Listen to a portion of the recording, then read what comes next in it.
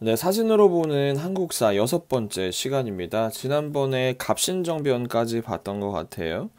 조금 두껍게 볼까요? 갑신정변 1884 갑신정변이었고, 손이 미끄러진다. 갑신정변이었고, 주인공은 김옥균이고, 그리고 우정총국 개국년을 기념해서 정변을 일으키려고 했죠. 급진개화파였어요. 급진개화파였습니다. 자, 오늘 이 지도를 먼저 보면 여러분들이 알 수 있는 것, 공주, 우금치, 고부, 딱 이거 보면 여러분들 알 수 있어야 될 것 같은데 1894년 동학농민운동입니다. 고부군수 조병갑이죠. 고부군수 조병갑의 횡포로 이 근처에 있었던 동학의 접주였던 전봉준이 주변의 동학 농민들하고 같이 해서 일으킨 난이 동학농민운동이죠.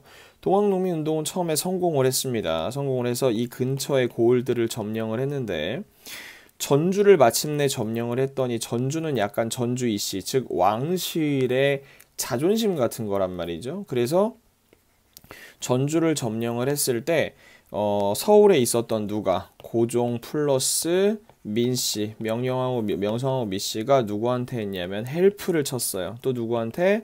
청나라한테 쳤죠. 저번에 우리가 갑신정변 끝나고 나서 이 청나라하고 일본은 둘이 조약을 맺었어요. 청나라하고 일본은 어떤 조약을 맺었냐면 한쪽 국가가 조선에 들어오면 나머지 한쪽 국가도 들어온다라고 하는 말도 안 되는 조약을 체결을 했죠.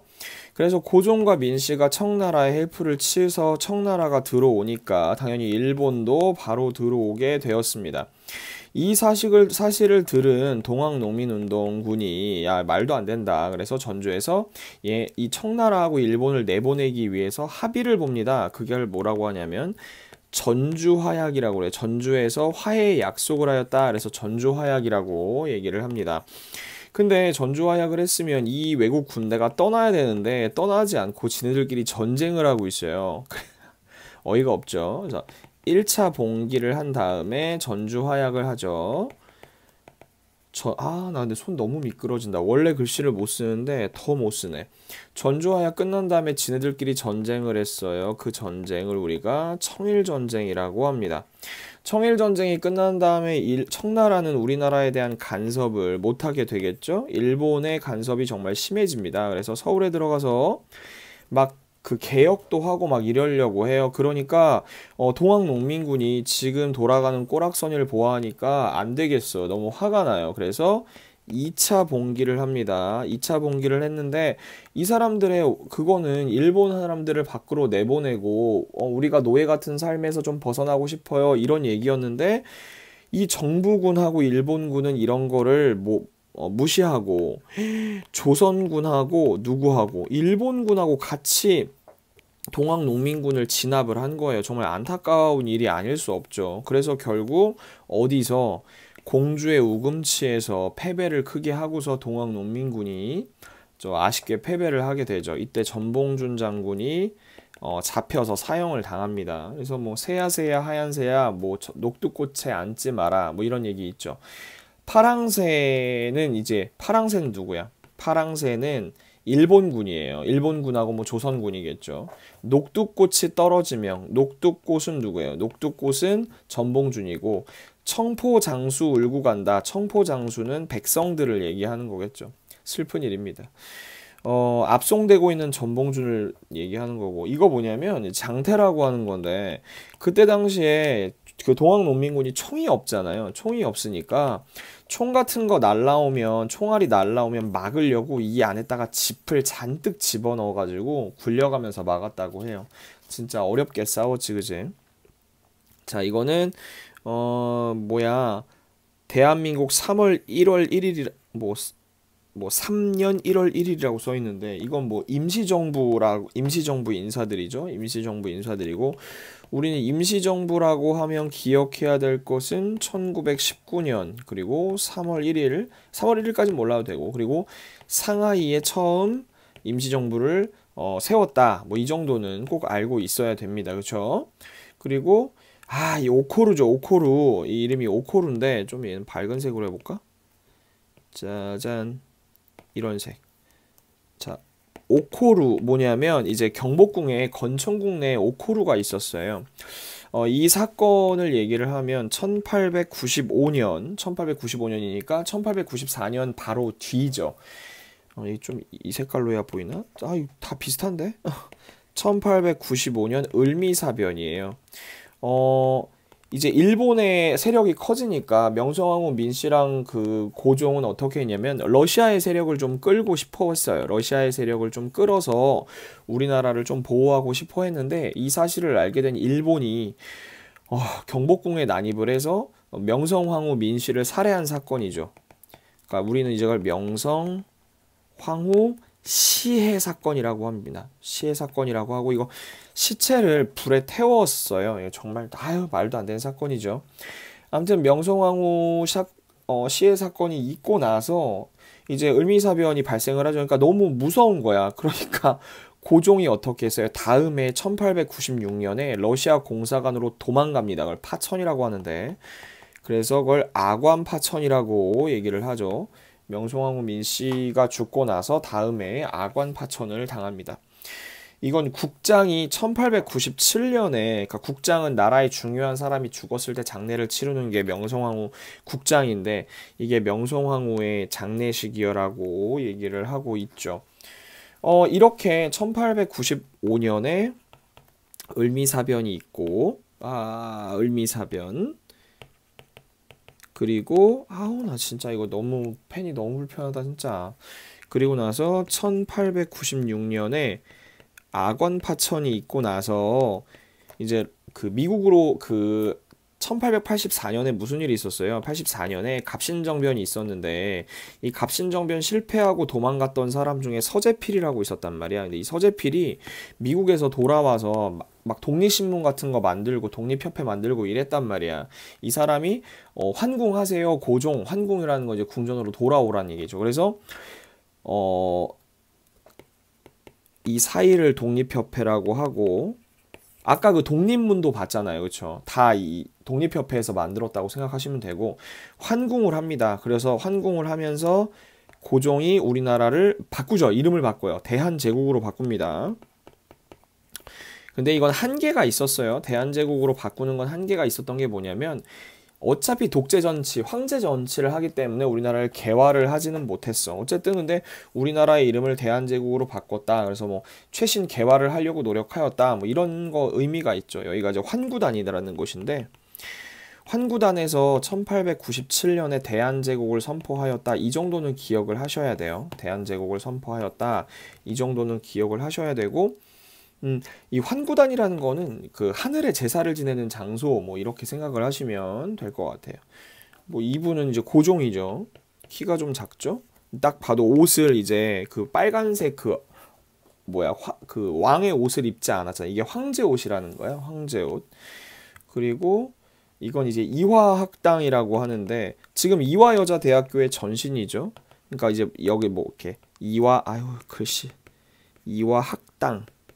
그러니까 우리나라도 이제 그런 최신 서양 교육 과정을 배운다. 약간 뭐 이렇게 얘기를 할 수 있을 것 같고 이 사진 같은 경우에는 이제 그때 이제 길을 새롭게 노는 걸 뭐라고 하냐면 신장로라고 해요. 신장로.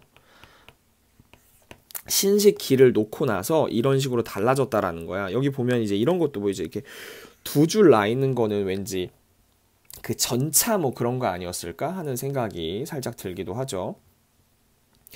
이 사람은 민영환인데 민영환이 여기서 등장한 이유는 이제 우리가 1895년까지 봤어요. 1895년에 을미사변, 뭐 여기까지 본 게 아니구나. 1897년에 이제 대한제국까지 봤는데 대한제국이 제 역할을 못했어. 그리고 나서 일본이 우리나라에 그걸 뺏는 걸 되게 가속화했지. 그래서 1904년에 어떤 일이 있냐면 이제 러시아하고 계속 부딪히는 일이 있으니까 러일 전쟁을 합니다. 일본이 러일 전쟁을 일으키죠. 일본은 항상 선전포고 같은 건 안 해요. 그래서 누가 이겼어요? 일본이 이겼어요. 뭐 1904년에 이겼으니까 뭐 끝난 것이지 뭐. 그래서 강제로 그 황제의 그 궁궐에 들어와가지고 이제 외교권을 뺏는 조약을 체결한 거야. 외교권 강탈. 이걸 뭐라고 하냐면 1905년에 을사늑약이라고 합니다. 선생님 어렸을 때는 을사조약이라고 배우기도 했는데 강제로 채워진 조약이라 그래서 을사늑약이라고 하는 게 맞아요. 여기 보면 황리에 써 있고 Emperor of Korea 이렇게 써 있잖아요. 그리고 한일 도약 뭐야 이거 할 때 모양. 한일 조약을 할 때의 모양이란 뜻인가? 뭐 아무튼 뭐 그런 얘기가 있고 선생님 한자 잘 몰라요? 뭐 외적 뭐 재패니즈 뭐 저거 프롬 재팬 뭐 일본이 한 왕을 위협하여 조약을 뭐 했다 뭐 이런 얘기고 오적 등이라고 써있잖아요. 이 오적은 그 우리가 을사오적이라고 얘기하는데 을사년에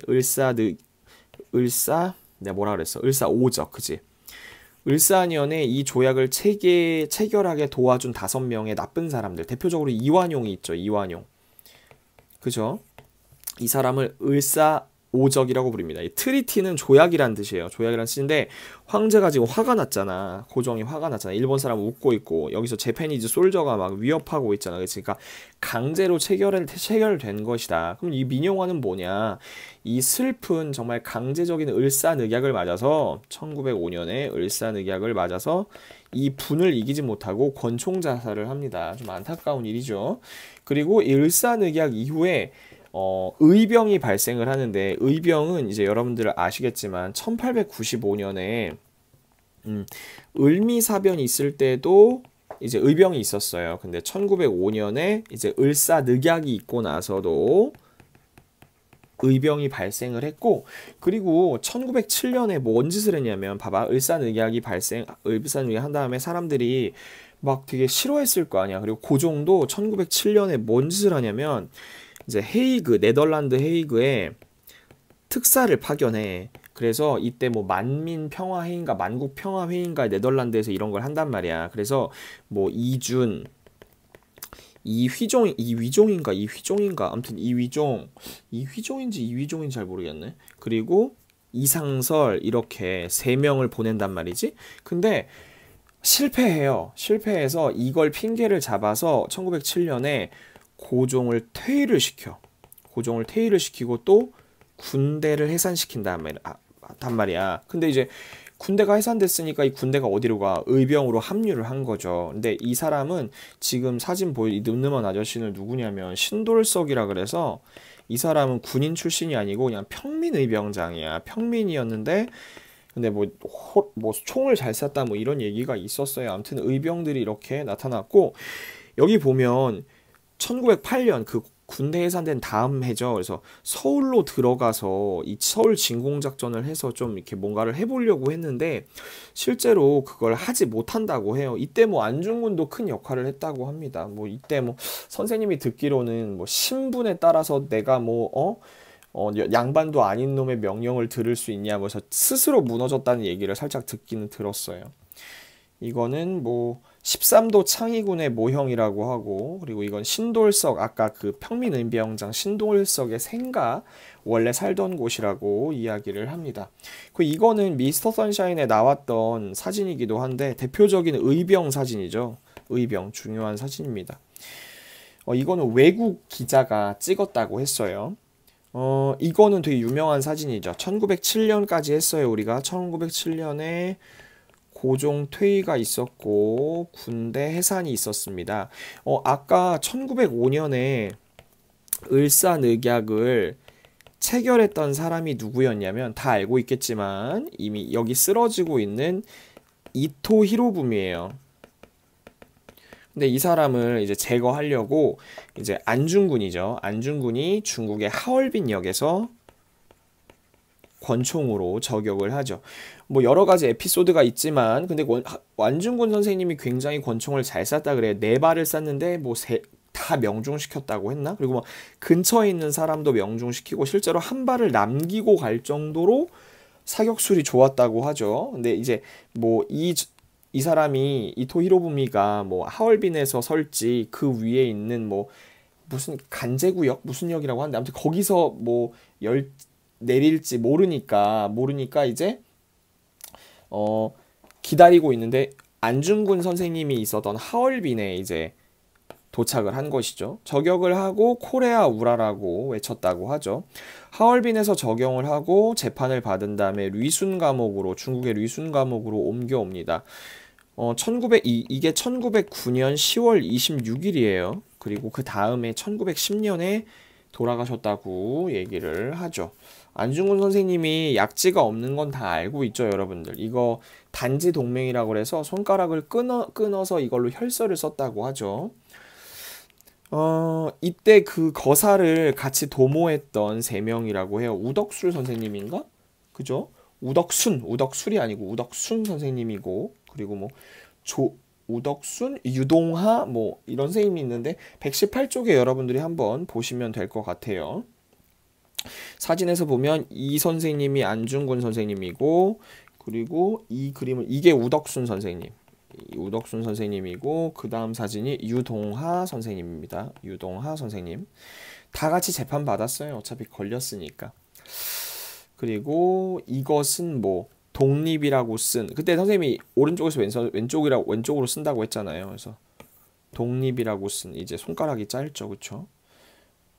안중근 서 뭐 이렇게 쓴 것 같아요. 이거는 조도 선생님, 최재형 선생님 사진인 것 같습니다. 여기는 경복궁 긍정전이죠. 경복궁에서 제일 멋있는 긍정전인데 여기에 뭐가 달렸어요? 일장기가 달려있죠. 아까 1907년에 고종이 퇴위되고 군대가 해산됐다 그랬어요. 그래서 실제적으로 다 뺏기고 나서 1910년에 8월에 나라를 뺏깁니다. 이걸 이제 경술국치라고 선생님은 얘기를 해요. 경술련이거든요, 이때가. 그래서 경술련의 나라의 치욕을 보였다. 그래서 경술국치라고 얘기를 하고, 8월 22일 날 실제적으로 나라를 뺏겼는데, 이 8월 23일이 뭐 순종 생일이라던가 아무튼 뭐 그랬나봐. 그래서 8월 29일 날 공포를 했다고 얘기를 하죠. 자, 얘는 이제 신흥무관학교를 알아야 되는데, 신흥무관학교는 이회영 선생님이 우당 이회영 선생님인가 그럴 거야. 우당 이회영 선생님, 정확하지 않으면 안 되니까 어쨌든 이회영 선생님이라고 합시다. 이회영 선생님의 그런 형제들이 되게 부자였는데 중국 만주로 건너가서 신흥무관학교라고 하는 학교를 설립을 한 거예요. 우리나라에선 이제 더 이상 그걸 할 수가 없으니까, 독립운동을. 그래서 신흥무관학교에서 뭐 농사도 짓고 훈련을 받는 뭐 그런 모양이라고 얘기를 하죠. 신흥무관학교의 위치, 우리나라가 아니죠. 중국 만주로 넘어가서 활동을 했던 것이고, 안창호 선생님이에요. 안창호 선생님 하면 이제 여러분 흥사단 아셔야 되고, 이분도 뭐 공부를 많이 해서 나라의 힘을 기르자라고 주장했던 선생님이죠. 이 사람이 이회영 선생님입니다. 이회영 선생님. 엄청 부자였는데 자기 재산 다 털어서 신흥무관학교로 가서 만주로 가서 신흥무관학교를 짓죠. 근데 말년에는 되게 힘들게 살았다고 해요. 이제 뭐 유지될 수 있는 비용이 없었으니까 뭐 끼니도 잘 못 때우고 너무 힘들었다고 얘기를 합니다. 얘는 독립선언서예요. 1919년에 3.1 운동을 했죠. 1919년 3.1 운동을 하고, 이건 독립선언서고요. 이게 민족 대표 33인이죠. 민족 대표 33인의 그림이고, 3.1 운동이 얼마나 크게 일어났나라고 하는 것이고, 그리고 이 3.1 운동의 모습입니다. 얘는 뭐예요? 하와이에서 발행된 독립선언서라고 합니다. 하와이에서, 미국에서. 유관순 열사님, 유관순 언니죠. 유관순 열사. 천안 사람이에요. 천안 사람. 슬프다. 그리고 제암리 학살 사건이죠. 예, 화성인가 용인인가 그쯤 될 거예요, 아마. 그 독립운동을 하는 사람을 죽이려고 그 교회에다가 동네 사람들을 다 오라 그래가지고 문 잠궈놓고 거기다 총을 쏘고 불을 질려서 잔인하게 학살한 그런 사건이죠. 정말 슬픈 사진입니다. 남자연 선생님이라고 합니다. 남자연 선생님이고 독립운동을 같이 했다고 얘기를 하죠. 그리고 맨 처음에 나왔던 임시정부예요. 상하이에 있었던 임시정부 사진입니다. 상하이 임시정부. 그죠? 위치가 상하이라는 거 여러분 꼭 알고 계셨으면 좋겠고. 그리고 임시정부가 굉장히 이제 힘들었겠죠, 당연히. 그래서 처음에 상하이로 시작해서 굉장히 오랜 시간 동안 이동을 해서 마지막에 귀국하기 직전에는 충칭에 있었다고 얘기를 해요. 그래서 이쯤 가면은 한국 광복궁도 창설하고 그렇게 했죠. 임시정부에서 만든 그 무장 폭력 단체가 있어. 무장 단체가 있는데 한인애국단이죠. 한인애국단 대표적인 사람은 윤봉길 선생님이에요. 도시락 폭탄, 물통 폭탄 들어봤죠, 그쵸? 이거 되게 유명하죠. 김구 선생님하고 윤봉길 선생님하고 그 시계를 바꿨다 그러잖아요. 왜냐하면 윤봉길 선생님 시계가 비싼 건데 나한테는 1시간밖에 필요가 없으니까 좀 비싼 거 가지시라고 김구 선생하고 윤봉길 선생하고 서로 바꿨다고 하는 유명한 일화고, 윤봉길 선생님이에요. 윤봉길 선생님이죠. 이거 성공하고 나서 물론 완벽하게 성공하지 못했지만 중국의 되게 유명한 지도자였던 장제스라는 사람이 뭐 중국 몇 억 인구가 못했던 일을 뭐 조선인 한 명이 했다. 그래서 굉장히 칭찬을 했다고 해요. 그래서 중국 공산당 장제스, 공산당이 맞는지, 중국 장제스가 독립 우리나라 임시정부를 도와주게 되었던 그런 영향을 미쳤던 일이기도 하죠. 이 사람은 김좌진 장군이에요. 김좌진 장군. 김좌진 장군 하면 우리가 꼭 알아야 되는 건 청산리 대첩이죠. 청산리 전투라고 해도 되고 청산리 대첩. 장군의 아들 김두한 있잖아요. 이 사람이 그 장군이에요. 이 사람의 아들이 김두한이었다는 얘기죠. 그리고 이제 청산리 대첩, 봉오동 전투인데 봉오동 전투는 홍범도 장군이라 그래서 여기 나오겠죠. 이거 되게 옛날 사진인가 봐요. 저 당연히 옛날 사진이겠지. 이 사람이 홍범도 장군입니다. 홍범도 장군이고, 어쨌든 여러분들은 정확히 사람을 기억할 필요는 없지만 김좌진 장군은 청산리 대첩, 홍범도 장군은 봉오동 전투, 이 정도는 꼭 알고 계셔야 됩니다. 이건 신사참배인데요. 그 일본을 위해서 그 일본 귀신한테 솔직히 말하면 그냥 절하는 거야. 절하면서 뭐 우리는 뭐 대일본 제국의 뭐 신하입니다. 뭐 황제 폐하를 따르겠습니다. 이런 거를 황국 신민 서사 이런 거를 아침마다 따라서 했다고 하죠. 이게 1930년 이후가 넘어가면 일본이 이제 미쳐가고 있기 때문에 예전에는 그래도 한국말, 조선말 쓸 수 있겠단 말이야. 근데 말도 못 쓰게 하고 당연히 글도 못 쓰게 하고 역사도 못 배우게 했어요. 정말 여기 보면 이제 조선 말도 가르치지 않는 거죠. 조선의 역사도 가르치지 않고, 그리고 뭐 이름 바꾸라고 합니다. 이걸 이제 창씨개명이라고 하는데, 선생님이 기억나는 창씨개명 중에 한 명은 그 별에는 밤 윤동주 선생님이 히라누마 도주라는 한 일본 이름으로 바꿨던 거. 왜냐면 일본 이름으로 바꾸지 않으면 뭐 공부를 할 수가 없고 사람 대접을 아예 못 바꾸니까 어쩔 수 없었던 것이죠. 이것도 막 그런 것이죠. 일종의 그런 것이고. 그리고 이제 수요 집회에 대한 얘기도 여러분 알고 계셔야 되는데 30년 후반대쯤 되면은 이제 일본이 막 전투를 누구랑 전투를 하냐면 중국이랑도 하고 미국이랑도 하고 난리가 나요. 아주 태평양. 근데 그러면서 이제 그런 강제징용을 해가는 거죠. 그 이제 할머니들, 할아버지들 가서 힘들게 성놀이개로 살거나 아니면은 그냥 강제로 일을 하거나 아니면 일본을 위해서 싸우는 군인이 되거나 그런 것들이 있었어요. 그래서 이거 일본군 위안부 문제를 해결하려고 지금도 수요 집회를 계속하고 있죠. 아직도 일본은 정확한 사과를 하지 않고 있어요. 그 당시에 우리나라 행했던 그런 만행에 대해서 아직도 사과를 안 하고 있고, 이때 당시에 사셨던 그 할머니들이 지금은 별로 살아 계시지 않으시겠죠. 너무 오래된 일이라 안타까운 일입니다. 이런 것을 이제 학도병, 왜냐면 학생이 어린 나이인데 이렇게 끌려가는 거야. 그래서 이거 소년병이라고 쓴 것 같죠? 소년병이라고 쓴 것 같아요. 이런 걸 이제 징병이라고 합니다. 조선을 위해서 싸우지도 못하고 일본을 위해서 싸우는 거죠. 일본 국기 가지고. 이거 아까 그 수요 집회 내용이고요. 이거는 이육사 선생님 아닌가요? 이육사 선생님? 시인입니다. 이육사 선생님 같은 경우에는 이제 본인이 감옥에 있었을 때 수용됐던 번호가 264번이라고 264라고 이름을 지었다고 하죠. 이건 뭐 우리나라가 이제 그 역사를 제대로 알아야 나라를 살릴 수 있다고 생각해서 뭐 우리나라의 독립의지를 심어주기 위해서 우리나라의 글 혹은 역사 이런 거에 대해서 또 많은 노력을 한 것을 우리가 알 수가 있죠. 몇 분이나 수업했나? 이 정도면 되지 않았을까? 다음 시간부터 이제 독립 얘기를 하면 될 것 같은데, 이 선생님은 단재 신채호 선생님이에요. 아이고야. 단재 신채호 선생님인데, 이 선생님은 아까 저기 뭐 선생님이 임시정부에서 만든 무장투쟁단체가 한인애국단이라 했잖아.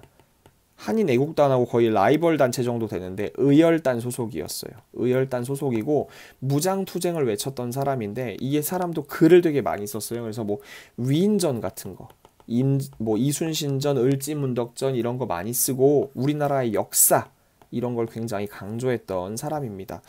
이분도 충청북도 청주 사람이라서 청주에선 굉장히 유명한 사람이에요. 다음 시간에 우리가 이제 이거 뭐 을지문덕전이고 이건 뭐 이순신전이겠네요. 다음 시간에 광복을 맞게 되니까 다음 시간에 계속 이어서 해보도록 하겠습니다. 오늘 여기까지 하고 인사하고 마칠게요. 안녕.